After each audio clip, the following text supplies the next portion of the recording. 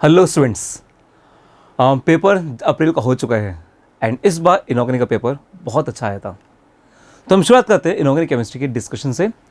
मैं शुरू करने जा रहा हूँ इस बार जो 2 अप्रैल को पेपर आया था सेकंड शिफ्ट में। क्या हम शुरू करें?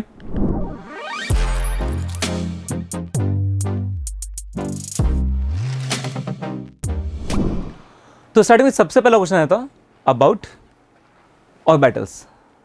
तो यहाँ पे क्वेश्चन क्या था? पहला क्वेश्चन था the subsidiary quantum number L, मतलब एजिमुथल क्वांटम नंबर जिसको हम बोलते हैं, describe the shape of the orbital occupied by the electrons. आप जानते हैं प्रिंसिपल क्वांटम नंबर क्या डिस्क्राइब करता है? Size. Well azimuthal quantum number और सब्सिडियरी क्वांटम नंबर क्या डिस्क्राइब करता है? शेप। इसका मतलब ये स्टेटमेंट करेक्ट है। ये स्टेटमेंट करेक्ट। आपसे क्या पूछा गया? ट्रू। ये करेक्ट है। नेक्स्ट वन, अब जो ऑर्बिटल दिया गया अलोंग एक्स एक्सिस दिया गया, नंबर 1। नंबर 2, ये ऑर्बिटल के अंदर 2 लॉब्स विजिबल है। 2 लॉब मतलब पी सब शेल। इसका मतलब मैं क्या बोल सकता हूं? It is a P X orbital. So is the boundary surface diagram of the 2px orbital perfect one. सही आंसर है। The plus and minus sign, जब हम लोग यहां पे जो साइन लिखते हैं, for example like in P हमेशा साइन मेंशन करते हैं प्लस माइनस, इन डी हम साइन मेंशन करते हैं प्लस माइनस प्लस माइनस। ये क्या है? ये साइन है, वेव का साइन है। यदि वेव एक्स एक्सिस के अबव आएगा तो प्लस और बिलो आएगा तो माइनस। इस वेव के साइन को रिप्रेजेंट करता है, नॉट चार्ज को, नॉट चार्ज को। दैट्स वाई ये गलत हो गया। अगला point, the wave function of 2px orbital is 0 everywhere in the xy plane. तो भैया xy प्लेन के अंदर तो 2px के ऑर्बिटल्स मिलेंगे ना, पूरा वेव फंक्शन एक्स एक्सिस के अलोंग तो होगा। तो ये स्टेटमेंट भी क्या हो गया? फॉल्स हो गया। तो करेक्ट कौन सा हुआ? A and B. Correct answer is A and B, answer 4th। अगर बात क्लियर है? Next question.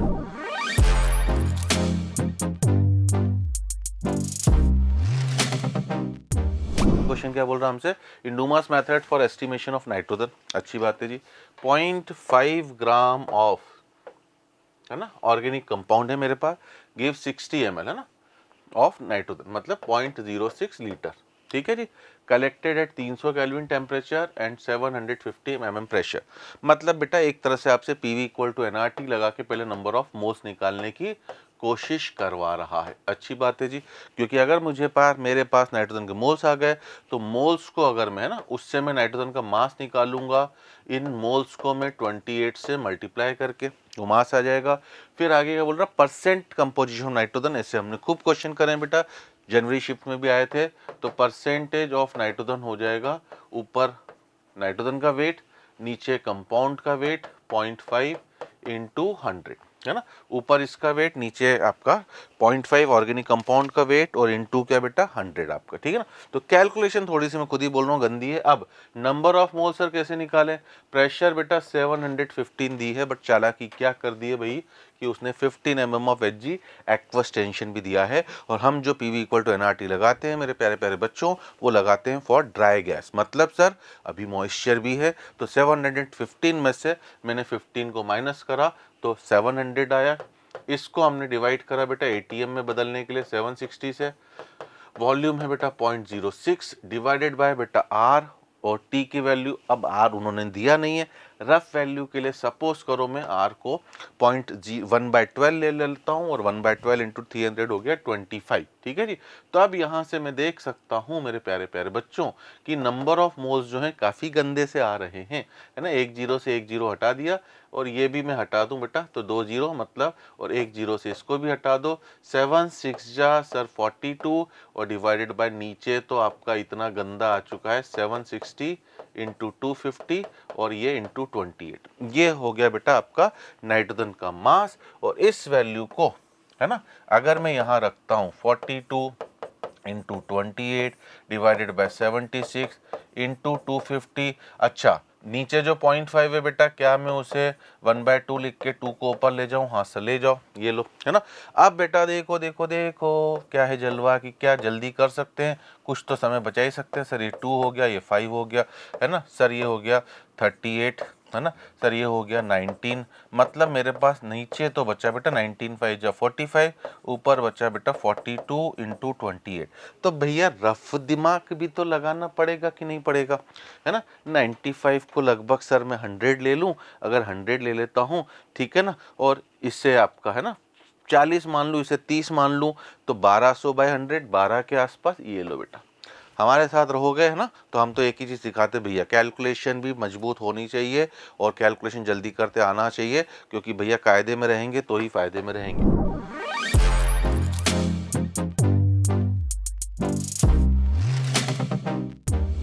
कंटिन्यू करते हैं। नेक्स्ट क्वेश्चन दे रखा है, when a concentrated solution of sulphanilic acid and 1 naphthyl amine is treated with nitrous acid, temperature range given है 273 kelvin and acidified with acetic acid, the mass in gram of 0.1 mole of product formed is. तो देखो बच्चों, यहाँ पर इस case में हम देखेंगे, अच्छा क्वेश्चन है ये, बहुत अच्छा, उसको लेवल का हम क्वेश्चन मान सकते हैं। जो सल्फेनिलिक एसिड होता है उसका स्ट्रक्चर होता है ये वाला, आईयूपीएसी ने हम कह सकते हैं para amino benzene sulphonic acid, इसका कॉमन नेम होता है सल्फेनिलिक एसिड। सबसे पहले इसका रिएक्शन होता है एसिटिक एसिड के साथ, चूंकि ये बेस वाला पार्ट है और ये एसिड है, तो इन दोनों से पहले बनता है एक सॉल्ट बनता है। सॉल्ट बनता है कुछ इस टाइप का, देखेंगे आप, यहाँ लिखा SO3H, यहाँ पर NH3 प्लस और ये OOCH3, इस टाइप का पहले एक ये सॉल्ट बनता है, ठीक है। उसके बाद इस सॉल्ट की रिएक्शन करवाते हैं यहाँ पर HNO2 से, ऐसा ही क्वेश्चन में दे रखा है। तो जब ये HNO2 इससे रिएक्शन करता है तो एक डाइजोनियम टाइप का कंपाउंड बनता है। पहले यहाँ पर SO3H है, एक डाइजोनियम टाइप का कंपाउंड कुछ इस टाइप का बनता है, N double bond O and C double bond O CH3, ये कंपाउंड बनता है, ठीक है। उसके बाद इसकी रिएक्शन कराते हैं यहाँ पर अल्फा नेप्थलीन से, ये जो कंपाउंड होता है इसका नाम होता है अल्फा नेप्थलीन। तो इसमें याद रखने का ये होता है कि इसके साथ इसकी कपलिंग रिएक्शन होती है, इसके साथ इसकी कपलिंग रिएक्शन होती है, और कपलिंग इसकी पैरा पोजीशन पर होता है। कहाँ पर? पैरा पोजीशन पर। तो इसका आंसर यहाँ पर हम ऐसे लिख सकते हैं, ये यहाँ पर N double bond N, then यहाँ पर ये रिंग, इससे कनेक्टेड एक और रिंग ये वाला, एंड यहाँ पर ये NH2। तो इसकी पैरा पोजीशन पे यहाँ पर कपलिंग होगा और यहाँ पर होता है ये SO3H। तो फाइनल जो प्रोडक्ट बनता है वो प्रोडक्ट ये बनता है। अब अगर इस मॉलिक्यूल का हम टोटल इसका मॉलिक्यूलर मास निकालें तो ये आता है अराउंड 327 ग्राम, ठीक है। ये इस प्रोडक्ट का मोलर मास है, या यूँ कह सकते हैं मॉलिक्यूलर मास है 327 ग्राम, ठीक है। अब यहाँ पर हमें क्या दे रखा है, हमें इस पूरे का नहीं बताना, हमें बताना है इसके 0.1 मोल का हमें मास बताना है। तो अगर 0.1 का हम इसमें निकालें तो ये आता है 32.7 ग्राम, ठीक है। एक्चुअल डेटा ये है, लेकिन अगर हम देखें तो यहाँ पर इसमें ऑप्शंस में ऐसा कहीं नहीं दे रखा है। तो अब हम इसको क्या करेंगे, यहाँ पर राउंड फिगर में ले लेंगे, तो ये हो जाएगा 33 ग्राम, ये इसका आंसर होगा। और अगर हम ऑप्शंस में देखें तो ये आंसर इसका आ रहा है नंबर 4। तो डेफिनेटली इस क्वेश्चन का जो करेक्ट आंसर होगा वो हो जाएगा ऑप्शन नंबर 4।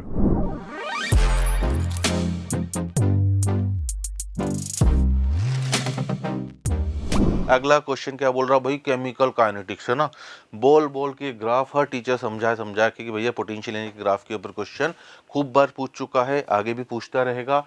तो अब वो बोल रहा है reactant A converts to product D, reactant A D में बदल रहा है। मैकेनिज्म दे दिया बेटा ए टू बी स्लो। अरे सर स्लो हो गई मतलब एक्टिवेशन एनर्जी हाई होनी चाहिए, क्योंकि बाकी दोनों फास्ट है। अच्छा डेल्टा एच पॉजिटिव है मतलब सर रिएक्टेंट नीचे होगा, प्रोडक्ट ऊपर होगा इसका, है ना। इन दोनों का नेगेटिव है मतलब सर इसमें जो पहाड़ी बनेगी उसमें स्टार्टिंग पॉइंट ऊपर और फाइनल पॉइंट नीचे। आइए चेक करते हैं। पहली पहाड़ी सबसे बड़ी होनी चाहिए, ठीक है जी। पहली पहाड़ी सबसे बड़ी बेटा इसमें तो नहीं है, खत्म। पहली पहाड़ी सबसे बड़ी तो है बट ये ऊपर है ना, और ये ऊपर नीचे, ये ऊपर नीचे, तो यहाँ पर उन्होंने है ना गड़बड़ घोटाला कुछ करने के चांसेस है। अब दूसरी सबसे अच्छा तो हमें किस में लग रहा है, इसमें भी गड़बड़ घोटाला है बेटा। सबसे अच्छा हमें लग रहा है कौन सा, हमें ऑप्शन नंबर 4 के अंदर। उसमें क्या दिख रहा है बेटा, पहली पहाड़ी तो खूब बड़ी है, पहली पहाड़ी आपकी खूब बड़ी है बेटा, है ना। दूसरी खूब छोटी, तीसरी खूब छोटी, ये ऊपर है बेटा तो पॉजिटिव, ये नीचे हैं दोनों तो नेगेटिव नेगेटिव। आ रही बात सभी को समझ में, क्योंकि यहाँ पर बेटा है ना, यहाँ पर भी इसी तरह का पैटर्न है, बट ये पहाड़ियाँ बेटा मुझे जजमेंट नहीं मिल रहा है कि ये ज़्यादा बड़ी कि ज़्यादा बड़ी। तो जब श्योर शॉट यहाँ पे दिख रहा है, इसकी पहाड़ी तो इतनी बड़ी है, इसकी पहाड़ी इतनी बड़ी है, इसकी इतनी बड़ी है, सबसे ज़्यादा यही है। यहाँ पर बेटा देखो इसको और इसको अब ये जजमेंट नहीं मिल पा रहा, इसलिए करेक्ट ऑप्शन, बेस्ट ऑप्शन 4 में जाएंगे।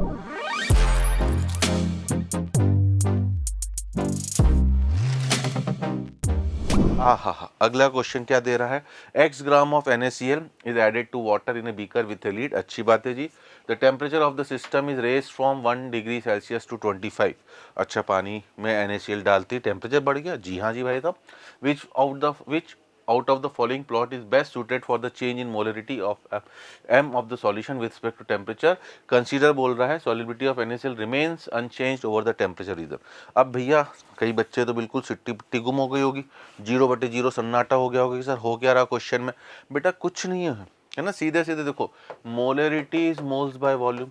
जब x ग्राम डाला है बेटा तो मोल्स तो फिक्स हो गए NaCl के, मतलब जो भी मोलरिटी में वेरिएशन आएगा, और बोल रहा सॉलिबिलिटी भी चेंज नहीं हो रही है, इसका मतलब जो भी वेरिएशन आ रहा होगा बेटा वॉल्यूम की वजह से। अब मुझे अगर याद आ रहा है डेंसिटी सर होती है मास बाय वॉल्यूम, मतलब बेसिकली यहाँ पर बस वाटर की डेंसिटी का कर्व है, और आप में से मैक्सिमम बच्चों को याद होगा वाटर की डेंसिटी का कर्व क्या होता है बेटा, 4 डिग्री सेल्सियस तक डेंसिटी सर बढ़ती है और उसके बाद घटती है। तो जैसे यहाँ पर मोलरिटी वॉल्यूम के इन्वर्सली प्रोपोर्शनल है, वैसे डेंसिटी वॉल्यूम के इन्वर्सली प्रोपोर्शनल है। तो आप देख लो बेटा ये पीक जो है बेटा ये थोड़ा सा 5 से पहले आ रहा है, तो कुछ इस तरह का पैटर्न होगा और हमारा आंसर। और कुछ इसमें कहीं पर भी कोई मुझे लॉजिक नहीं लगाना था बेटा, सीधे सीधे बस मुझे देखकर अपना जवाब देना था कि मेरा आंसर है 1।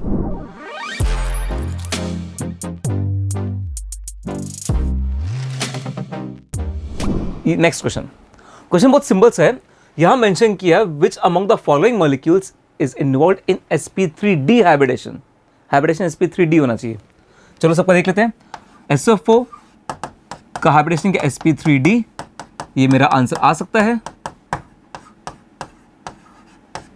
आगे बढ़ते हैं। नेक्स्ट XeF4, XeF4 में हाइब्रिडेशन क्या होगा sp3d2, दैट्स ये आंसर नहीं आएगा।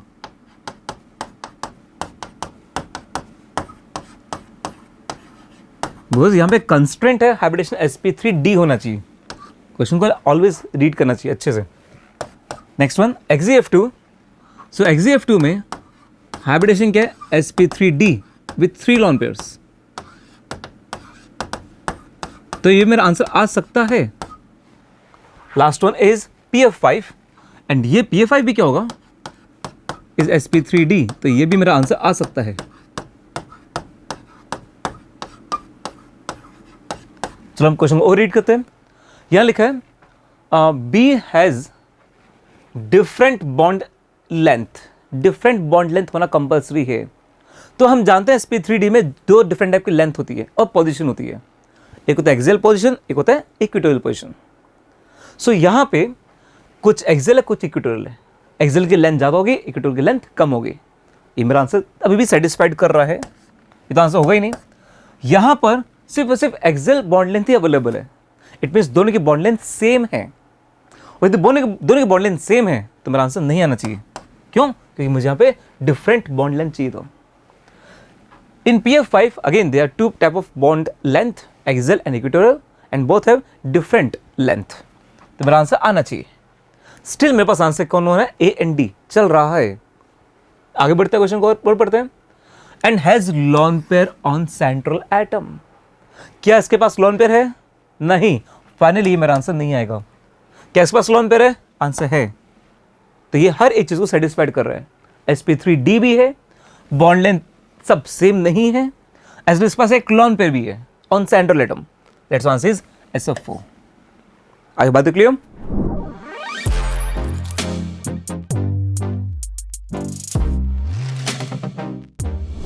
Next question about electronegativity. तो स्टूडेंट्स इन जनरल वहां पे क्या करते हैं हम लोग, जो भी दिया गया इलेक्ट्रॉनिक कॉन्फ़िगरेशंस उन कॉन्फ़िगरेशन के करस्पॉन्डिंगली एटम लिख दीजिए कि एलिमेंट कौन सा वो। तो एलिमेंट कौन सा है, ये आपको दिया नाइट्रोजन का इलेक्ट्रॉनिक कॉन्फ़िगरेशन, ऑक्सीजन का इलेक्ट्रॉनिक कॉन्फ़िगरेशन, फ्लोरीन का electronic, and last one is carbon का इलेक्ट्रॉनिक कॉन्फ़िगरेशन। यदि मैं इसको अरेंज करूं according to the periodic table, तो मेंशन कर सकता हूं carbon, nitrogen, oxygen, fluorine according to periodic table. और हम जानते हैं फ्रॉम लेफ्ट टू राइट क्या पुटअप किया गया, about increasing order of electronegativity. तो लेफ्ट राइट इलेक्ट्रोनेगेटिविटी क्या करती है, इंक्रीज। तो सबसे ज्यादा किसका होना चाहिए, फ्लोरीन का। क्लियर। तो कार्बन का सबसे कम होना चाहिए, कार्बन में डी का सबसे कम होना चाहिए, फिर नाइट्रोजन बोले तो ए, ऑक्सीजन बोले तो बॉम्बे बी, और एफ फ्लोरीन बोले तो सी। बहुत सिंपलेस्ट क्वेश्चन था। इसके अलावा जितने भी क्वेश्चन थे उनका लेवल सबका अच्छा था। कोई बात नहीं, एक दो क्वेश्चन इजी भी आना चाहिए।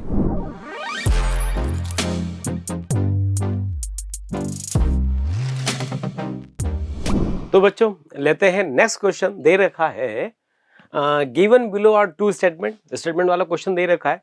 स्टेटमेंट नंबर फर्स्ट गिवन है neopentane forms only one mono substituted derivatives. तो ये बिल्कुल करेक्ट स्टेटमेंट है। कैसे है, what is, first of all हम देखें व्हाट इज नियोपेंटेन। तो नियोपेंटेन होता है CH3, C single bond CH3 and CH3। अब इसकी रिएक्शन अगर अब सपोज हम हैलोजन से कराएं तो यहां पर हम देखेंगे इस केस में अगर टाइप्स ऑफ कार्बन की बात, टोटल कार्बन 5 है, लेकिन अगर टाइप्स ऑफ कार्बन की बात करें तो एक तो ये कार्बन है 1 डिग्री और एक कार्बन है 4 डिग्री। बाकी ये कार्बन, ये चारों कार्बन तो सेम नेचर के हैं और इस वाले C पर कोई H है ही नहीं, तो जो Cl आएगा वो सिर्फ इसी कार्बन पर आएगा। तो यहाँ पर एक ही टाइप का प्रोडक्ट बनेगा, कौन सा, कुछ इस टाइप का, और इसका नेम होगा नियोपेंटाइल क्लोराइड। ठीक है। तो जो फर्स्ट हमें दे रखा neopentane forms only one mono substituted derivatives, तो ये जो स्टेटमेंट है ये बिल्कुल करेक्ट है। ठीक है। सेकंड की बात करते हैं। सेकंड दे रखा melting point of neopentane is higher than n pentane. तो यहाँ पर देखो सेकंड स्टेटमेंट को हम यहाँ पर लिख सकते हैं दिस कंपाउंड इज नियोपेंटेन, और एक कंपाउंड और होता है इसमें जो दे रखा है वो है पेंटेन। अगर हम यहाँ पर मेल्टिंग पॉइंट की बात करें तो याद रखेंगे मेल्टिंग पॉइंट यहाँ पर नियोपेंटेन का ज्यादा होता है, बिकॉज मेल्टिंग पॉइंट डिपेंड करता है सिमेट्री पर। मॉलिक्यूल जितना ज्यादा सिमेट्रिकल होगा उसका मेल्टिंग पॉइंट उतना ही ज्यादा होता है। क्योंकि यहाँ पर एक लीनियर चेन टाइप होता है, ये एक ब्रांचिंग है, स्फेरिकल शेप होगा, तो डेफिनेटली थोड़ा क्लोज पैकिंग भी होगा, इसलिए नियोपेंटेन का मेल्टिंग पॉइंट नॉर्मल पेंटेन से ज्यादा होता है। तो यहाँ पर जो स्टेटमेंट नंबर फर्स्ट है ये भी करेक्ट है और सेकेंड भी करेक्ट है।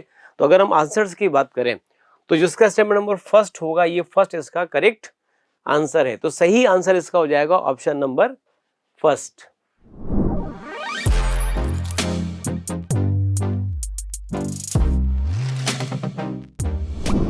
चलिए लेते हैं नेक्स्ट क्वेश्चन। आईयूपीएससी का सिंपल क्वेश्चन है, ज्यादा खास नहीं है, इजी क्वेश्चन में से हम इसको मान सकते हैं। दे रखा है in 3,3 dimethyl hex 1ene 4-ine there are dash dash dash sp3 sp2 and sp hybridised carbon atom respectively. मतलब एक मॉलिक्यूल है जिसका मैं आईयूपीएससी नेम दे रखा है, हमें बताना है इसमें कितने sp3 कितने sp2 एंड कितने sp कार्बन है। तो फर्स्ट ऑफ ऑल क्या करेंगे, जो नेम दे रखा है उस नेम से हम बनाएंगे इसका स्ट्रक्चर। कैसे बनाएंगे, देखो हमें दे रखा है यहाँ पर हेक्स। हेक्स का मतलब हुआ कि 6 कार्बन का चेन है। ये फर्स्ट ऑफ ऑल हमने एक 6 कार्बन का चेन बना लिया। ठीक है, पहले हम इसकी नंबरिंग कर सकते हैं। कार्बन नंबर 1 2 3 4 5 एंड 6 कार्बन का एक चेन। फिर लिखा हुआ है 3,3 डाई मिथाइल। ये लीजिए 3 नंबर पर मिथाइल और 3 नंबर पर एक और मिथाइल, ये हो गया 3,3 डाई मिथाइल। एंड फिर लिखा हुआ हेक्स 1ene, इसका मतलब बिटवीन 1 एंड 2 डबल बॉन्ड है, तो ये 1 और 2 के बीच में एक डबल बॉन्ड लगा दिया। फिर दे रखा है 4-ine, 4 का मतलब ये है कि 4 और 5 के बीच में ट्रिपल बॉन्ड है। तो ये इस मॉलिक्यूल का स्ट्रक्चर है। अब बस कंपाउंड बन चुका है, बस यही बताना है कि कितने sp3 कितने sp2 कितने sp कार्बन है। तो ये तो आसान क्वेश्चन है भाई, इसमें कोई ज्यादा खास वो नहीं है। ये कार्बन sp2 है, ये कार्बन sp2 है, ये ट्रिपल बॉन्डेड sp, ये भी sp। तो यहाँ पर देखो sp2 कार्बन 2 है, sp कार्बन भी 2 आ रहा है, और sp3 कार्बन, ये sp3, ये भी sp3, ये भी sp3 है, और एक ये वाला कार्बन, ये कार्बन भी sp3 है, तो आप देखेंगे sp3 कार्बन जो यहाँ पर है, ये मैं लिख सकता हूँ यहाँ पर sp3 कार्बन यहाँ पे 4 है। तो अगर हमें सीक्वेंस देखो, पहले sp3 पूछा हुआ है, तो sp3 आ रहा है 4, sp2 आ रहा है 2 और sp भी आ रहा है 2। तो जो ऑप्शन नंबर फर्स्ट है वही इसका करेक्ट आंसर होगा।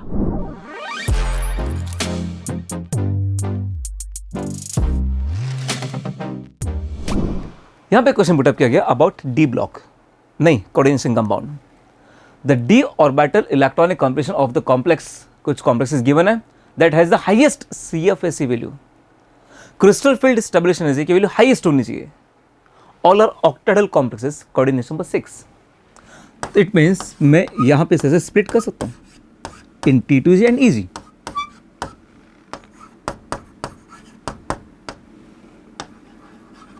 क्लियर? यहाँ पे आप जानते हैं बेरी सेंटर होता है, यहाँ पे एनर्जी कितनी होती है -0.4 डेल्टा O, यहाँ पे कितना होता है +0.6 डेल्टा O। जितना ज़्यादा इलेक्ट्रॉन्स नीचे रहेंगे उतना ज़्यादा वो और एनर्जी रिलीज करेगा और सिस्टम की एनर्जी कम होगी, सिस्टम स्टेबल होगा। तो फर्स्ट में बात करूँ, यहाँ कोबाल्ट कितना है +3 है, डी में इलेक्ट्रॉन कितने हैं 6 है, स्ट्रॉन्ग फील्ड लिगेंड है।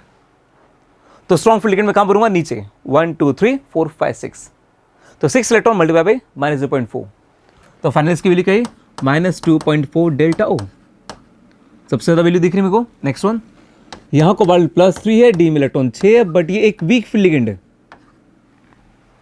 और वीक फील्ड में इलेक्ट्रॉन कैसे फिलअप करते हैं 1 2 3 4 5 and 6, 4 into -0.4, 2 into +0.6, answer -0.4 delta O। मतलब कि इसका CBS वैल्यू कम है। जितना ज़्यादा नेगेटिव उतना ज़्यादा स्टेबिलिटी। अगला पॉइंट, मैग्नीज यहाँ पे किसमें +2 में, डी में इलेक्ट्रॉन कितना 5, वीक फील्ड लिगेंड। यदि मैं यहाँ फिलअप करूँ 1 2 3 4 5, तो 3 इंटू -0.4, 2 इंटू 0.6, फाइनल आंसर 0। तो इसका CBS वैल्यू कितना है 0। बात करूँ मैं यहाँ पे जिंक में, जिंक +2 में है, तो डी में इलेक्ट्रॉन कितना है 10। यदि मैं फिलअप करूँ तो फाइनली इसका भी CBS वैल्यू कितना आएगा 0। तो सबसे ज़्यादा स्टेबल कौन सा है कोबाल्ट वाला। और इसमें इलेक्ट्रॉन कैसे भरा था मैंने, कुछ इस तरह से। क्लियर? तो अब वापस क्वेश्चन रीड करते हैं कि the D orbital electronic composition of the complex that has the highest CBS value. तो हाईएस्ट CBS वैल्यू किसकी है, फर्स्ट कॉम्प्लेक्स की। वहां पे T2G में कितने इलेक्ट्रॉन है 6, EG में कितने हैं 0।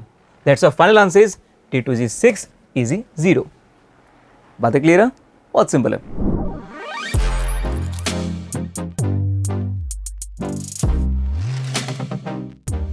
नमस्कार जी, देखिए ये एक अच्छा सा क्वेश्चन कि which of the following graphs correctly represent the variation of thermodynamic properties of Haber's process. अब बच्चों यहाँ पर क्या उम्मीद है हमारी, है ना, जो एक्चुअली एनटी वाला उम्मीद कर रहा हमसे कि भैया आपको कुछ डाटा भी याद हो हल्का फुल्का, है ना। तो देखिए हैबर प्रोसेस से अमोनिया का बनने का मतलब क्या होता है कि हमारी जो रिएक्शन होगी वो N2 gas plus 3H2 gas will give 2NH3 gas. ठीक है जी, 2NH3 गैस। तो अब अगर मैं बात करूं बेटा कि अमोनिया का जो एंथैल्पी ऑफ फॉर्मेशन होता है, अगर हम पी ब्लॉक ढंग से पढ़ के गए हैं, इवन थर्मोकेमिस्ट्री में बार बार आता है कि इसका जो डेल्टा H है, हीट ऑफ फॉर्मेशन है, वो नेगेटिव होता है ना, नेगेटिव होता है। ठीक है जी, ऑब्वियसली ये प्रोसेस स्पॉन्टेनियस है तो डेल्टा G भी इसका नेगेटिव ही होगा। और रही बात बेटा अगर मुझे इसके डेल्टा S का साइन निकालना पड़े तो डेल्टा S कैसे निकलता है, डेल्टा NG से। और यहाँ पर अगर मैं इसके डेल्टा NG की वैल्यू देखता हूँ तो 2 - 4 - 2, डेल्टा NG नेगेटिव मतलब डेल्टा S का भी नेगेटिव होना जरूरी है। मतलब पैरामीटर तो तीनों नेगेटिव। अब चालाकी क्या हो रही बेटा, इन्होंने माइनस ऑफ डेल्टा HR/T दे दिया। मतलब अगर मैं उस इक्वेशन को भी देखूँ कि डेल्टा G बराबर delta H minus T delta S, और उन्होंने चालाकी क्या कर दी कि T से डिवाइड कर दिया, del G/T equals to del H/T और माइनस ऑफ क्या बेटा डेल्टा H, ऐसा है ना। तो ये एक पहला parameter minus of delta H, minus से भी कर दो मल्टीप्लाई तो ये हो जाएगा प्लस। तो minus of delta H0/T minus delta G0R/T और डेल्टा S0R, है ना। अब डेल्टा S0R तो बेटा प्रैक्टिकली जो होता है रिएक्शन में चेंज नहीं होता है। ठीक है ना। नेगेटिव भी होना चाहिए तो नियरली कांस्टेंट, है ना। और डेल्टा एस नॉट आर होना चाहिए, डेल्टा एस नॉट आर होना चाहिए, और नेगेटिव होना चाहिए इस ग्राफ में। यहाँ delta S naught R by T है, यहाँ तब भी सही है, ठीक है ना। तो इस तरीके से हम देख सकते हैं। दूसरी बात बेटा, enthalpy of formation of ammonia जो नेगेटिव होता है बेटा, तो नेगेटिव होता है तो ऑब्वियसली डेल्टा एच की वैल्यू ज़्यादा होगी और डेल्टा जी की वैल्यू कम होगी। यहाँ पर ये ग्राफ भी आपका गलत हो रहा है, ठीक है ना। उस हिसाब से अगर हम इसके करेक्ट आंसर को प्रेडिक्ट करेंगे तो आवर आंसर विल बी 1। तो बस इतना सा हमें थोड़ा सा डाटा की हेल्प से और ग्राफ में साइन को देखते हुए हमें बात करनी थी, ठीक है जी। तो इस क्वेश्चन का ये रहा आपका सॉल्यूशन।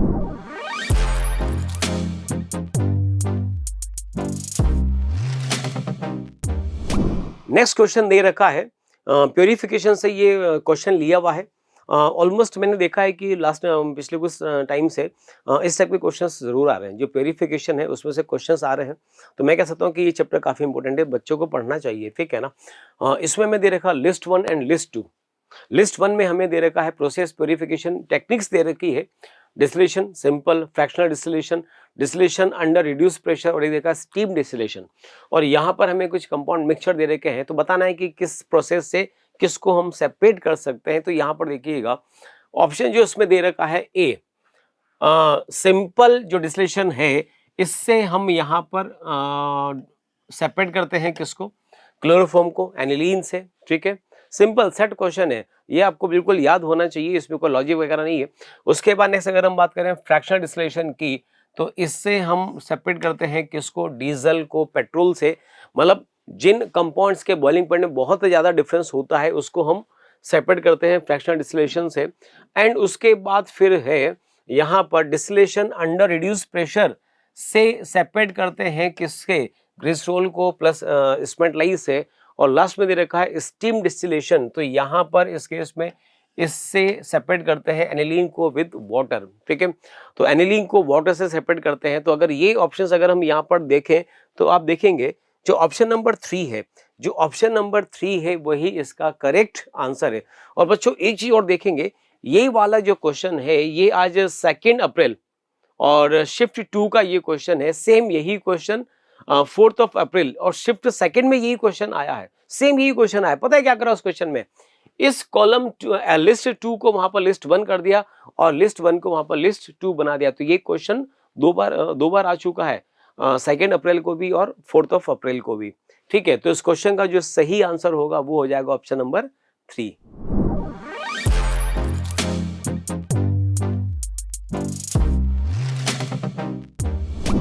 नेक्स्ट क्वेश्चन, ये लाइन कंप्लीटली एनसीईआरटी से पुटअप की गई है। होता क्या है, फ्रॉम लेफ्ट टू राइट जाएंगे, इलेक्ट्रोनेगेटिविटी बढ़ेगी तो एसिडिक करैक्टर बढ़ता है। Down the group electronegativity decrease करती है, तो एसिडिक करैक्टर भी डिक्रीज करना चाहिए, एक्सेप्ट हाइड्रो एसिड्स। आपको कुछ याद हो तो HF, HCl, HBr, HI, इसमें एसिडिक करैक्टर ऑर्डर क्या था, डाउन द ग्रुप क्या होता था, इंक्रीज, क्योंकि they are hydro acids. And यहां पर आंसर इलेक्ट्रोनेगेटिविटी नहीं, बॉन्ड स्ट्रेंथ से देखते हैं। सेम स्टोरी यदि बात करूं मैं H2O, H2S, H2TE, H2Se and H2Te। So H2O के बॉन्ड ज्यादा स्ट्रॉन्ग है, ये बॉन्ड ब्रेक नहीं होगा, H प्लस दे नहीं पाएगा, और H2T का बॉन्ड वीक है। आप इसको ऐसे भी रिप्रेजेंट कर सकते हो TH2, बात बराबर ही है। So down the group acidic character बढ़ता है, सो H2TE और TeH2 is acidic in nature, it means ये कौन है, acid. What about TeO2? So TeO2 is a oxidising agent.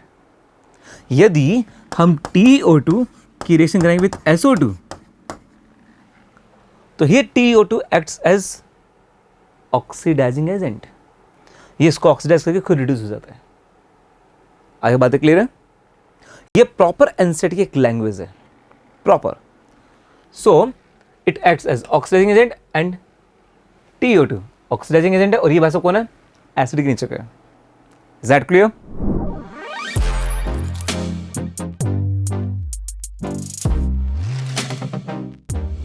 लेते हैं नेक्स्ट क्वेश्चन। दे रखा है अमीनो एसिड से लिया हुआ क्वेश्चन है, ये वाला दे रखा है अ tetrapeptide X on complete hydrolysis produced glycine, alanine, valine and leucine in equimolar proportion each. The number of tetrapeptide sequences possible involving each of these amino acid.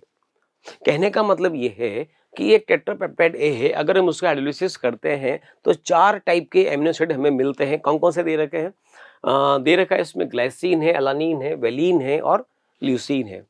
इन चारों से अगर हम टेट्रापेप्टाइड बनाएं तो कितने टेट्रापेप्टाइड पॉसिबल है?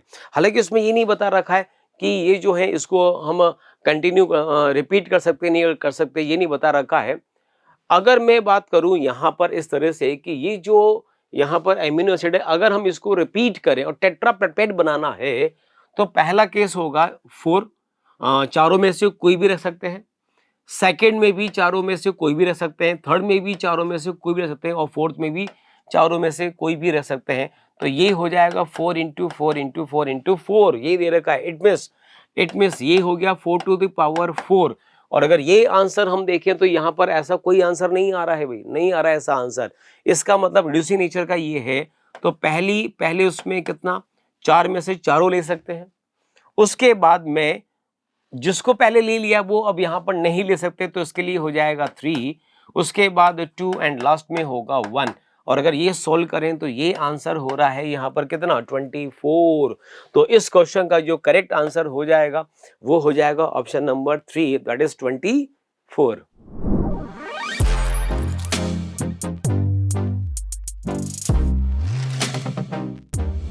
यहाँ पे बहुत famous test which is also known as specific test of sulphide आया था। क्वेश्चन क्या था कि sodium nitroprusside solution, sodium nitroprusside solution की रिएक्शन यदि में हम लोग कराएं सल्फाइड के साथ, सल्फाइड सॉल्यूशन के साथ, then it will produce purple colouration of Na4 Fe Cn का होल 5 NOS, जब NOS चार्ज माइनस हो जाता है। So it is a specific test of sulphide, आपको बहुत अच्छे से पढ़ाया गया था ये, ठीक है। आंसर सल्फाइड का ये स्पेसिफिक टेस्ट आ जाता है ये।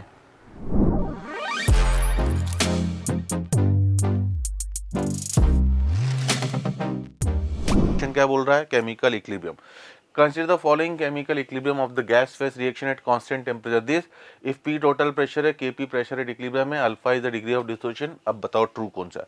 ये बेटा मैं अपनी क्लासेस में बच्चों को बोल बोल के थक जाता हूँ कि आपको इमीडिएटली अल्फा का एक्सप्रेशन केपी के टर्म्स में निकालते आना चाहिए। और मैं तो अपने बच्चों को ये भी बोलता हूँ बेटा कि है ना, ये सबसे फेवरेट रिएक्शन है PCl5 गिव्स PCl3 + Cl2, कि इसका याद ही रहे, है ना, कि ये भैया 1 - अल्फा अल्फा अल्फा और केपी में डायरेक्ट निकालना सिखाता हूँ बच्चों को। अल्फा इंटू अल्फा, ये गए ऊपर अल्फा स्क्वायर, नीचे सर 1 - अल्फा इनके मोल्स। सर केपी में तो प्रेशर भी आता, मोल फ्रैक्शन आता, छोड़ो कल की बातें, कल की बात पुरानी, हम नए तरीके से करेंगे। Alpha square 1 - alpha. अब बेटा टोटल मोल्स सर 1 + अल्फा, ठीक है ना। तो टोटल मोल्स आते हैं बेटा नीचे, और अगर मोल्स नीचे आ रहे हैं तो प्रेशर ऊपर। दैट मीन आपका केपी का एक्सप्रेशन हो गया बेटा alpha square P upon 1 - alpha square, क्योंकि पूरा क्वेश्चन उसी पे घूम रहा। मतलब sir KP minus KP alpha square should be alpha square P। तो क्या मैं अल्फा स्क्वायर को यहाँ से, है ना, KP upon KP plus P भी लिख सकता हूँ? जी हाँ, मैं हूँ, है ना, केमिकल इक्विलिब्रियम, है ना, कल नायक नहीं बोलने जा रहा था बेटा, ठीक है। तो अब बोल रहा है, देखो क्या बोल रहा है, if P value is extremely high compare to KP। पहले ऑप्शन को देखते, P खूब हाई है बेटा, तो P + KP को हमने P लिखा, तो alpha is approximately equal to 1। मैं कुछ बोल नहीं सकता हूँ बेटा, क्योंकि अल्फा स्क्वायर इज KP/P हो गया, तो 100% तो मैं ट्रू बोल ही नहीं सकता हूँ, है ना। When P increases alpha decreases, ये 100% सही है बेटा। अगर P बढ़ेगा तो अल्फा घटेगा, तो ये तो 100% ट्रू है। मतलब आगे मैं पढ़कर अपना समय खोटी न करूं, है ना। बट घर में बैठे हैं बेटा, चलो पढ़ लेते हैं। If KP value is extremely high compare to P, मतलब P + KP, KP हो जाएगा बेटा, और KP/KP तो 1 हो गया बेटा, तब अल्फा 1 है। बट वो बोल रहा है alpha becomes much less than unity. भैया जब तब तो अल्फा टेंडिंग टू 1 हो गया। When P increases alpha increases, तो ये तो हो ही नहीं सकता बेटा, क्योंकि वो सही है।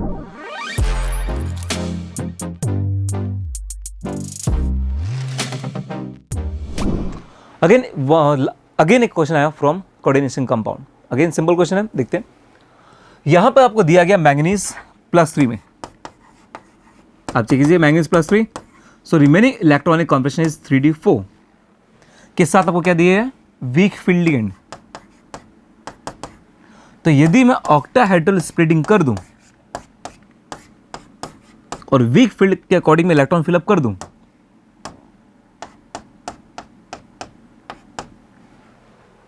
तो मुझे यहां पर नंबर ऑफ अनपेड इलेक्ट्रॉन कितने मिल जाएंगे, आंसर इज 4। तो यहां पे कितने अनपेड इलेक्ट्रॉन है, 4 अनपेड इलेक्ट्रॉन अवेलेबल है। एज वेल एज यहां पे एक और पॉइंट है, यहां पे हाइब्रिडेशन क्या होगा, सो यहां पे ऑर्बिटल बनने के कारण, यहां पे दोनों ऑर्बिटल वैकेंट नहीं होने के कारण आपको हमेशा बाहर के ऑर्बिटल्स यूज करने पड़ेंगे in hybridisation. That's answer is sp3d2। तो correct answer is sp3d2 with 4 unpaired electron. Repeat करो, it is a 3d block element with weak field ligand और डेल्टा कम रहेगा as compared to pairing energy. So electron का पेयरिंग नहीं करेंगे, electron कैसे फिलअप करेंगे, 1 2 3 4 5। अब next electronic configuration of manganese 3d5 4s2, oxygen state of manganese is +3, remove 3 electrons, 2 electron from 4s, 1 electron from 3d. Now remaining electronic configuration is 3d4 and what is the electronic configuration आप जानते हैं, how to fill आप जानते हैं।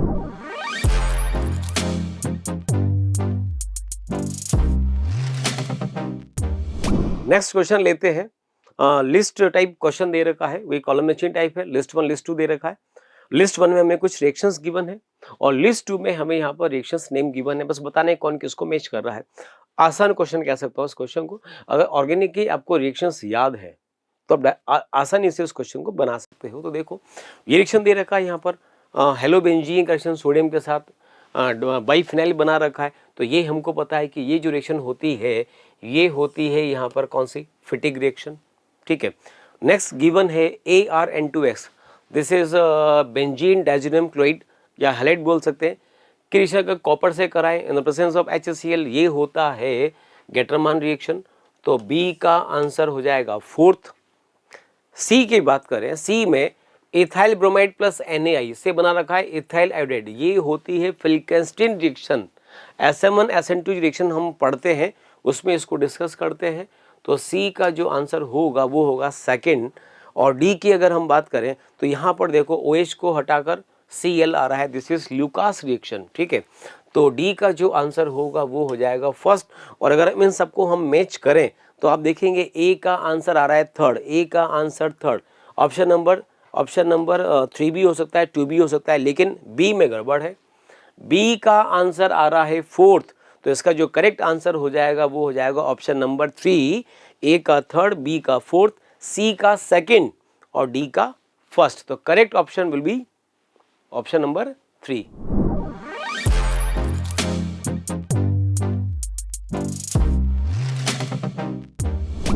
चलिए बच्चों लेते हैं नेक्स्ट क्वेश्चन। दे रखा है consider the following reaction from these reactions which reaction will give carboxylic acid as a major product, ठीक है।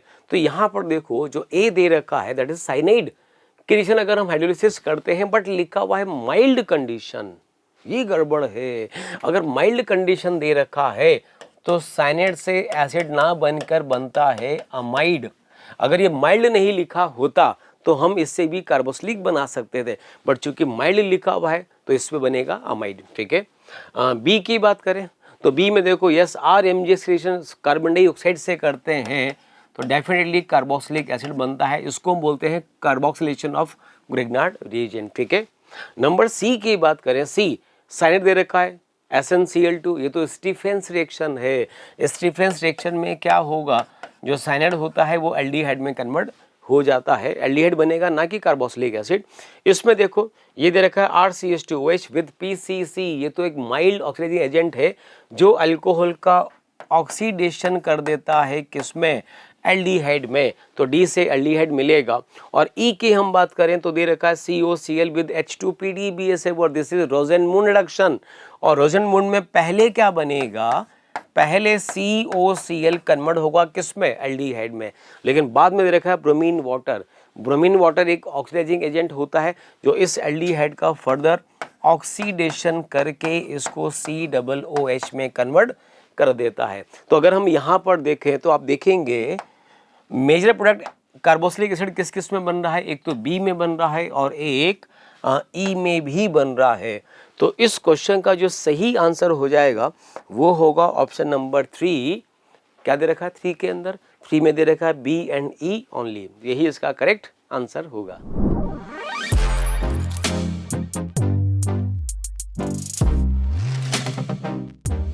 ओहो, थर्मोडायनेमिक्स का एक प्यारा सा क्वेश्चन कि arrange the following in order of magnitude of work done by the system oblique on the system at constant temperature.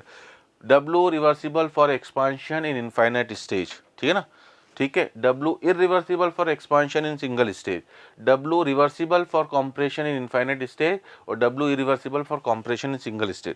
हमें पता है बेटा रिवर्सिबल प्रोसेस जो होती है वो सेम पाथ के अलोंग ही वापस चली जाती है। तो रिवर्सिबल प्रोसेस के लिए तो, है ना, रिवर्सिबल प्रोसेस के लिए तो ये जो वर्क डन है मॉड बेटा कॉम रिवर्सिबल वाला मतलब ए और सी तो बराबर होने चाहिए। सर ए और सी इन दोनों ऑप्शन में बराबर है। अब सर इनको कैसे कंपेयर करें बेटा, है ना। अब अगर इरिवर्सिबल की बात करोगे बेटा एक्सपांशन, तो उसमें हम एक झटके में, है ना, यहाँ से यहाँ आते हैं और ये नीचे वाला एरिया आता है। मतलब सर पक्का जो है मॉड वाला ये वाला वैल्यू कौन सा है, ये वाला वैल्यू बी सर पक्का आपका क्या होना चाहिए, छोटा होना चाहिए सी और ए से। तो हमारा ऑप्शन हो गया सी वाला, है ना। हाँ बट अब इसमें मुझे जो लगता है बेटा ना एक छोटा सा एजम्पशन शामिल ये जरूर है कि भैया हम स्टार्टिंग पॉइंट और फाइनल पॉइंट सेम ले रहे हैं, है ना, वो कहीं मेंशन नहीं, बट ऑब्वियसली कंपैरिजन के लिए तो वो मान लेते हैं।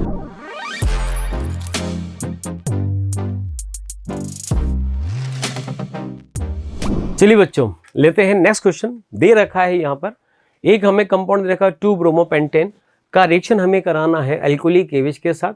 से बना रखा है मेजर प्रोडक्ट पी एंड फिर रिएक्शन दे रखा है ब्रोमीन के साथ और जो प्रोडक्ट दे रखा है वो दे रखा है क्यू। अब देखो इसमें क्या दे रखा है, consider the above sequence of reaction 151 gram of two bromopentane is made to react to yield the major product P is 80% whereas Q is 100%। बताना है हमें मास और प्रोडक्ट Q obtained is। तो यहाँ पर देखो ये जो कंपाउंड हमें दे रखा है, पहले हम इसकी रिएक्शन की बात कर लें। रिएक्शन यहाँ पर कुछ ऐसा होता है, कंपाउंड दे रखा है 2-ब्रोमोपेंटेन की रिएक्शन अगर हम पहले कराते हैं अल्कोहलिक KOH से तो फेमस रिएक्शन है। टेम्परेचर भी यहाँ पर होता है, यहाँ नहीं दे रखा है बट हम ठीक है ले सकते हैं, नहीं भी दे रखा होगा तो एलिमिनेशन ही होगा। इसमें 2 टाइप का एल्कीन बनेगा, एक बनता है सेडजेफ एल्कीन, एक बनता है हॉफमैन एल्कीन। मेजर होता है सेडजेफ एल्कीन, सेडजेफ का मतलब मोर स्टेबल एल्कीन। तो डेफिनेटली यहाँ पर लिखा हुआ है मेजर प्रोडक्ट, तो ये इसका मेजर प्रोडक्ट होगा, दैट इज 2-पेंटीन। अब इसके बाद रिएक्शन दे रखी है कि इसकी रिएक्शन अगर ब्रोमीन से कराते हैं तो ये एक इलेक्ट्रोफिलिक एडिशन रिएक्शन होता है, ठीक है ना। तो जब ब्रोमीन का इस पर एडिशन होगा तो यहाँ पर कंपाउंड बनेगा कुछ इस टाइप का, इसका आईयूपीएसी नेम होगा 2,3 डाइब्रोमोपेंटेन। तो ये तो होगी रिएक्शन, ये इसका फाइनल प्रोडक्ट। अब हमें बताना है कि यहाँ पर mass of product Q obtained, ये यहाँ पर Q हमें मिला, हमें इसका मास बताना है। तो देखो ये जो कंपाउंड होता है इस कंपाउंड का जो मॉलिक्यूलर मास होता है वो होता है 151 ग्राम और 151 ग्राम ही हमें दे रखा है। इसका मतलब ये हुआ कि ये जो मॉलिक्यूल है इसका हमें 1 मोल गिवन है और फिर ये कह रखा है कि इस केस में यहाँ पर जो रिएक्शन होती है वो होती है 80%, ठीक है। Yield of major product P is 80%। इसका मतलब ये जो कंपाउंड बना है इसको हमने P यहाँ पे नाम दे दिया, ये 80% बन रहा है। इसका मतलब अगर इसका 1 मोल है तो इसका बनेगा 80% कितना, 0.8 मोल, ठीक है। इसका 0.8 मोल बना। उसके बाद फिर ये कह रखा है कि बाद में जो रिएक्शन है Q की वो है 100%, मतलब इससे इसका फॉर्मेशन हो रहा है 80%। तो अगर ये 1 मोल है तो ये 0.8 मोल होगा। फिर ये कह रखा है कि इससे इसका फॉर्मेशन 100% है, तो अगर ये 0.8 है तो ये भी यहाँ पर 0.8 मोल ही होगा, ठीक है। चलो अब देखो ये जो प्रोडक्ट है इसका अगर हम मॉलिक्यूलर मास निकालते हैं तो ये होता है अराउंड 230 ग्राम पर मॉलिक्यूल, ठीक है। तो ये तो होता है 1 मोल का, लेकिन चूंकि यहाँ पर बन कितना आ रहा है, 0.8 बन रहा है। तो अगर हम इसका 0.8 से इसको मल्टीप्लाई करें तो ये आता है around 184 gram.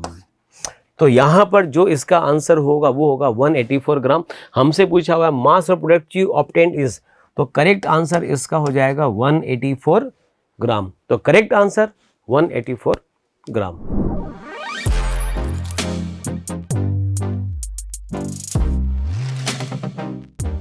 When 1 gram of each of the compound AB and AB2 are dissolved in 15 gram water separately, they increase the boiling point of water by 2.7, 1.5 atomic mass of A। अब मैंने बोला था बेटा है ना, अगर आपने मेरे रीस्टार्ट के वीडियोस फॉलो करे थे तो मैंने बताया था लिक्विड सॉल्यूशन में वांट ऑफ फैक्टर क्वेश्चन आएगा ही आएगा। देखो 1 ग्राम है बेटा, पहले वाले का delta TB sir 2.7 equals to i, है ना। उसने कुछ बोला है क्या, atomic mass this, molar boiling point elevation, है ना। तो यहाँ पर नियरेस्ट इंटीजर है और हमें ये मान के चलना है ना। हम इन्हें इलेक्ट्रोलाइट ही मान लेते हैं बेटा, ठीक है ना। तो अगर हम इन्हें इलेक्ट्रोलाइट मान लेते हैं तो AB का जो I की वैल्यू होगी वो आपकी हो जाएगी 2 और A2B की जो I की वैल्यू हो जाएगी वो आपकी हो जाएगी कितने बच्चों 3, है ना। तो ठीक है जी, AB2 के I की जो वैल्यू हो जाएगी वो हो जाएगी आपका 3 की। अभी उसने कुछ नहीं बोला है तो हम इन्हें नहीं मानते बेटा, है ना, नॉन इलेक्ट्रोलाइट ही मान के चलते हैं। तो हम लोग डेल्टा TB बराबर KB की वैल्यू तो सर गिवन नहीं है, अच्छा गिवन है, ये रही 0.5 इनटू बेटा मोलिलिटी। अब मोलिलिटी के लिए क्या करें, 1 upon molecular mass of AB into 1000 upon 15, ये आपकी इक्वेशन नंबर 1 बनेगी बेटा, है ना। सर दूसरी इक्वेशन क्या बनेगी, दूसरी सर 1.5 इक्वल्स टू, है ना, 0.5 अपॉन MAB2, है ना, क्योंकि 1 ग्राम ईच है और 1000 बाय आपका कितना 15। समझामी कि नहीं समझामी, और ये है बेटा, है ना। तो यहाँ पर बेटा अगर मैं रेशो ले लेता हूँ तो ये वाला पार्ट, ये वाला पार्ट, ये वाला पार्ट, ये वाला पार्ट 27/15 मतलब 9/5, 3 से डिवाइड करो और ये हो गया बेटा MAB2 अपॉन MAB, ठीक है जी। और MAB2 को अब अगर मैं एटॉमिक मास x और y ले लूँ तो इट इज x + 2y और नीचे आपका x + y, ठीक है ना। तो 9x + 9y should be equals to 5x + 10y। मेरे पास एक रिलेशन आ जाएगा कि ना 10y 9y को उधर ले जाता हूँ तो y should be equals to 4x, ये एक रिलेशन आया, है ना। और मुझे एटॉमिक मास ऑफ ए निकालना, मतलब मुझे एक्स की वैल्यू निकालना। तो सर दो अननोन है, दो इक्वेशन होनी चाहिए ना। तो बेटा आप अब यहाँ से MAB की वैल्यू निकाल लो, है ना, मतलब x + y की वैल्यू। तो x + y के लिए अब मैं क्या करूँ सर, इस डेसिमल से इस डेसिमल को हटा देते हैं, ये सर हो गया 3 और 27 3 कितना बेटा 81, मतलब सर ये 1000/81, है ना। और सर इसमें y की जगह 4x लग देते हैं तो सर ये 5x इक्वल्स टू 1000/81 और 81 2 जा आपका 81 5 जा बेटा 405। सर ये 400 होता तो 100/400 2.5 होता, अभी 2.5 से थोड़ा सा कम होगा बेटा, बट उसने साथ में 10⁻⁻1 बोला है, मतलब नियरेस्ट इंटीजर में तो 25 ही आएगा, चिंता की कोई बात है ही नहीं।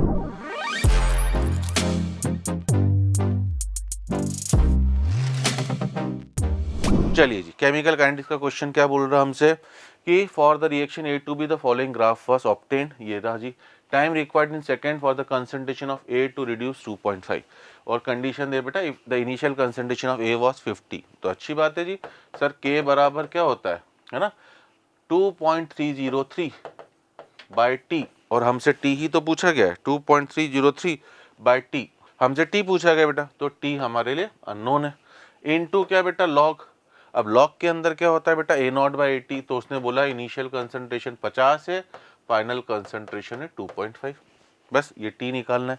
अच्छा ऐसे ही निकाल लोगे क्या, K भी तो पता होना चाहिए। अब K के लिए बेटा ये ग्राफ दिया है, देखो K के लिए इनिशियल कंसंट्रेशन है 50 सर। अब आप जो भी ले लो बेटा, मान लीजिए मैंने 50 से 30 का ले लिया, है ना, या 50 से अपन 10 का ले लेते हैं। log 2 की वैल्यू गिवन है हमें बेटा, तो log 2 के लिए अपन 25 लेते हैं, तो बीच में कहीं आ जाएगा 50, ये 25 कहीं यहाँ जाएगा, है ना, 25 कहीं यहाँ जाएगा। तो श्योरली तो मैं नहीं बोल सकता हूँ बेटा, है ना, तो अपन कोई भी ले लेते, चलो 10 ले लेते हैं। तो 50 से 10 हुआ कितने में बेटा 25 में, तो इस K की जगह में वापस 2.303 बाय टाइम कितना लगा बेटा 25, है ना। लॉग के अंदर क्या बेटा सर, ऊपर तो 50 और नीचे आ जाएगा आपका 10, समझे कि नहीं समझे। तो बस ये आपका 2.303 ये कैंसिल, है ना, ये हो गया log 5, है ना। ये हो गया सर मेरा log 5 और सर ये मेरा हो गया 0 से log 20, समझे। तो t should be equals to, t इधर गया, log of 20 upon log of 5 into beta 20 into beta 20। आ रही कि नहीं आ रही बात समझ में। सर log 5 तो गिवन नहीं है, तो बेटा log 20 को हम log 2 है ना 2 इंटू 10 और 2 इंटू 10 लिखेंगे तो 1.3 और log 5 को आप 10/2 लिखो, मतलब नीचे आ गया बेटा 0.7 इंटू 20, डेसिमल डेसिमल हटाओ, मतलब 260 को सर मुझे 7 से डिवाइड कर देना है अप्रॉक्सीमेटली ना। तो ठीक है 260 को 260 हो ना 260, इसको मुझे बस 7 से डिवाइड कर देना है बेटा। आ रही मेरी बात सभी को समझ में। ऊपर 22 प्लस 10 दैट इज 1.3, नीचे 5 10/2 मतलब 1 माइनस 0.3 0.7। ठीक है जी। तो ये बेटा आपका, अच्छा सॉरी यहाँ पर हमने मिस्टेक कर दी बेटा, इट इज़ 25 है ना, इट इज़ 25। तो ये 260 नहीं होगा, ये हो जाएगा 13 है ना। 25 3 जा 75, कैरी ऑन 7 और 25 प्लस 1 7 32। तो 325 को केवल मुझे 7 से डिवाइड करना है, इससे आपका आंसर आ जाएगा। ठीक है जी, कहानी खत्म।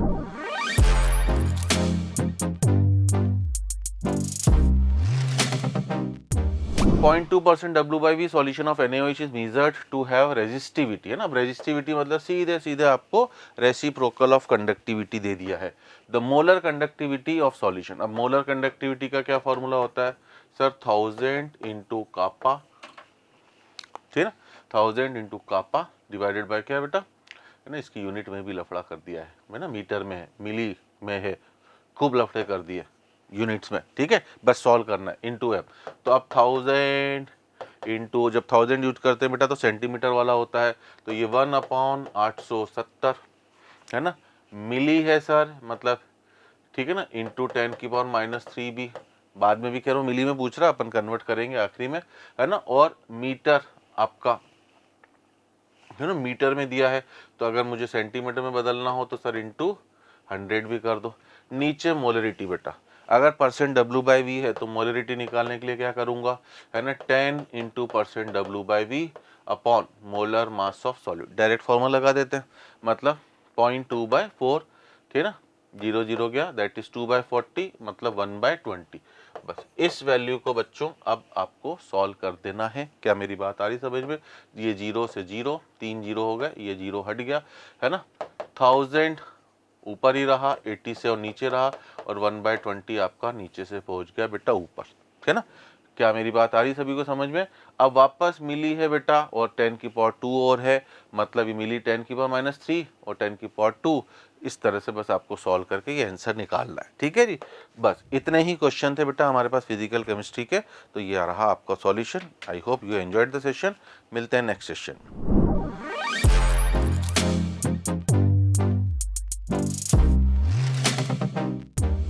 Okay, last question. यहाँ पे अगेन दो चीज़ को मर्ज किया गया है, एक डी ब्लॉक और एक कौन सा है, कोऑर्डिनेशन कंपाउंड। प्रॉपर्ली रीड करेंगे क्वेश्चन को, फिर हम आगे बढ़ते हैं। यहाँ लिखा हुआ है the spin only magnetic moment, ये आपको निकालना है इन नियरेस्ट इंटीजर। ये आपका क्वेश्चन है। Of mn plus I don't know कौन है, ढूंढते कौन है। फॉर्म्ड अमोंग निकल, जिंक, मैग्नीज एंड कॉपर। इन चारों में से कोई एक है जो यहाँ पर अवेलेबल है। इन चारों में से कौन है, उसका ऑक्सीडेशन स्टेट क्या है, वी डोंट नो। आगे बढ़ते हैं। That has the least enthalpy of atomisation. तो सबसे लीस्ट एंथैल्पी ऑफ एटमाइजेशन किसका होता है, वो zinc, due to absence of unpaired electrons. Metal bond सबसे वीक होता है जिंक का अमंग 3D ब्लॉक एलिमेंट्स। तो यहां से एंथैल्पी ऑफ एटमाइजेशन सबसे लीस्ट बोला गया वह जिंक। ये कंफर्म यहां पे जिंक आ चुका है। अब इस पे चार्ज क्या वो निकालना है। आगे बढ़ते हैं। हियर n जो मैं कैलकुलेट करना है is equal to the number of diamagnetic complexes. आपको अब डायमैग्नेटिक कॉम्प्लेक्स ढूंढना है। सो ढूंढते हैं। यहां निकल +2 में है, 3D में इलेक्ट्रॉन 8 है, एंड अनपेड इलेक्ट्रॉन कितने हैं, 2, बिकॉज ये tetrahedral splitting sp3 hybridisation, it is paramagnetic, correct. यहां पे जिंक +2 में है, डी में इलेक्ट्रॉन 10 है, दैट्स वाई अनप्लेटों कितने आएंगे, 0 आएंगे और डायमैग्नेटिक होगा। ये मेरा आंसर आएगा। आगे बढ़ते हैं। यहां मैग्नीज किस में, +3 में, डी में इलेक्ट्रॉन कितने हैं, 4 है, स्ट्रॉन्ग फील्ड लिगेंड है, इलेक्ट्रॉन किससे फिलअप करेंगे, 1 2 3 4 इन T2G। तो देयर आर 2 अनपेड इलेक्ट्रॉन्स। यदि अनपेड इलेक्ट्रॉन 2 है इसका मतलब ये पैरामैग्नेटिक है, ये आंसर मेरा नहीं आएगा। लास्ट में copper +1 and copper +1 has 3d10 electronic combination, मतलब अनपेड इलेक्ट्रॉन कितने आएंगे, 0। इट मीन्स क्या हुआ, diamagnetic. There are 2 diamagnetic species और कॉम्प्लेक्सेस। तो what is the value of n is 2। Now put here zinc +2 and zinc +2 के पास कितने इलेक्ट्रॉन्स होते हैं, d में 10। तो अनपेड इलेक्ट्रॉन कितना होगा, 0, मतलब मैग्नेटिक मोमेंट कितना होगा, 0। तो आंसर क्या आना चाहिए, 0। तो वह करेक्ट आंसर इज 0। 2 चीज़ों क्लब का क्वेश्चन पुटअप किया गया था, बहुत अच्छा क्वेश्चन था। 2 नहीं 3 चीज़। पहला एंथैल्पी ऑफ एटमाइजेशन, दूसरा डायमैग्नेटिक पैरामैग्नेटिक कॉम्प्लेक्सेस, तीसरा magnetic moment. Nice question. So students, यहां पर inorganic chemistry of 2 April second shift complete होता है। Thank you.